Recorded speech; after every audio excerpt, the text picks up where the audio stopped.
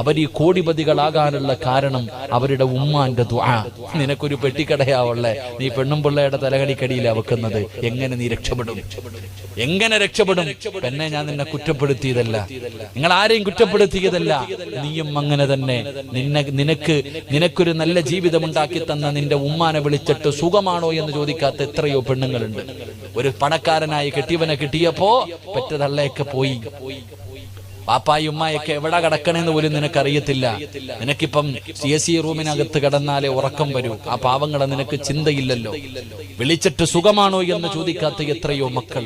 എങ്ങനെ അള്ള നിന്നെ രക്ഷപ്പെടുത്തും? എങ്ങനെ അള്ള നിനക്കൊരു നല്ല ജീവിതം തരും?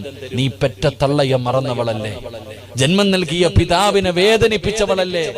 എത്ര കഷ്ടപ്പെട്ടിട്ടാ നിനക്കൊക്കെ 5ഉം 10ഉം 15ഉം പവൻ സ്വർണം തന്ന് നിന്നെയൊക്കെ കെട്ടിച്ചു വിട്ട നിന്റെ വാപ്പ എത്ര വേദനിച്ചിട്ടുണ്ടാകും ഉമ്മ.